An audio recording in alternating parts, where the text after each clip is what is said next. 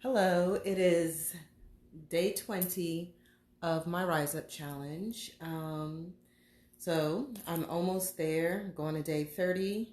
But after day 30, I'm not going to stop. You won't see me every day, but I will still be here to talk to you. But today, I just want to just address the fact it's been a very emotional day for a lot of people. For me as an individual, it's been emotional. I've had a lot of things happen today. A car needed repair, and they're holding on to it until they figure out what's wrong with it because they can't figure out what's wrong. So I'm without a car, and we all know the emotions that happen when your life gets shaken up and everything. But I have a solution in place. I'm able to continue on with my life. We just have to make some adjustments, so I'll be okay. But there are other bigger things that are happening, that have happened, and that are still happening, where we're not always okay, or the outcome is not the best, or, it could have been better, or it's good for right now. So today is an emotional day for a lot of people. We've had the George Floyd verdict, well, the verdict on the person that killed George Floyd. George Floyd was not on trial. And it was an emotional day waiting for that verdict for many people. And so I want to say to you all, breathe, take a breath, sigh. You have a lot of emotions. Some of you have been extremely emotional. You've been paying attention to the details of this whole process, and it's gotten your emotions. And I understand that.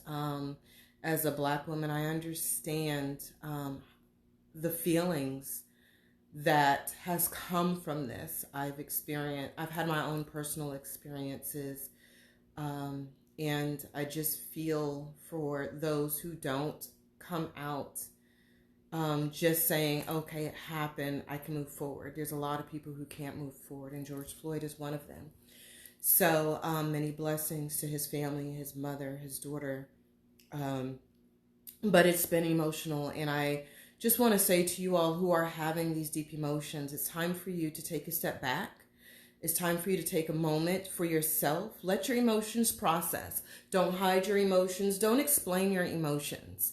Allow them to process, but allow them to process in your own space where you have those boundaries where you can let it go. Because with this situation and with any other situation you deal with, you have to be able to process these emotions. And like I said, you don't have to explain them to anyone. And then there are those of you who may not understand why these emotions are present. And you know what? That's okay. You don't understand. But the problem is we criticize what we don't understand. So if you find yourself criticizing, if you find yourself trying to debate someone, if you find yourself trying to paint a different type of picture and try to tell someone how they should feel, stop. Okay, if you don't understand it, just accept that you don't understand and be in your own space. Protect your emotions. There's no need to tell someone else how they should feel, and there's no need for you to have emotions for something you don't even understand. Just accept you don't understand it and go about your day. But for those of you who do have these emotions, you have to take a step back. You have to get yourself together. You have to get yourself grounded and straight. You have to focus on yourself. So, with that, log off of social media, turn off the news, avoid talking to certain people who you know are going to trigger you to have these deeper emotions. Take that time for yourself. Surround yourself by people who understand how you feel and why you feel. Surround yourself by people who can bring peace. Work through these emotions. And then when you get to that place where your emotions are more balanced, then you can talk. But make sure even then that whatever you did to get your emotions straight, that you have that in place, because there are going to be other things that happen that trigger your deep emotions. And you have to be able to keep those boundaries in place so that other people who do not understand you do not trigger you. So, my challenge for you today right now is to log off of social media if you're feeling extremely emotional, is to turn off the news, turn off the TV if you're feeling extremely emotional. Take that time and give your energy to those people that you love, those people who are here. Support those, if you're not emotional, support those who are dealing with these emotions. It's an emotional time. But get yourself together, let it go, and let's get ready to move forward. Because once we deal with these emotions, we're going to have to move forward and deal with whatever change comes, if there are any changes. And change will come. It may not seem like a lot. It never is a lot. But progress is slow.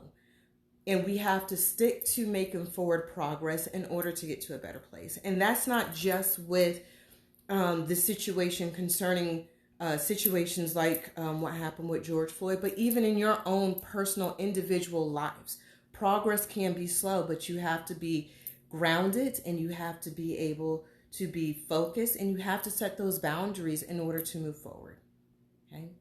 So I hope you all have a good night. I hope you're able to process how you feel. Don't hide it. Be honest with yourself. If you're sad, you're sad. If you're angry, you're angry. If you're feeling relief, feel relief. If you feel like what's happened today is only a small piece of the pie, then that's what it is. Okay? But I wish you all lots of love, lots of peace, and many blessings. Have a good night.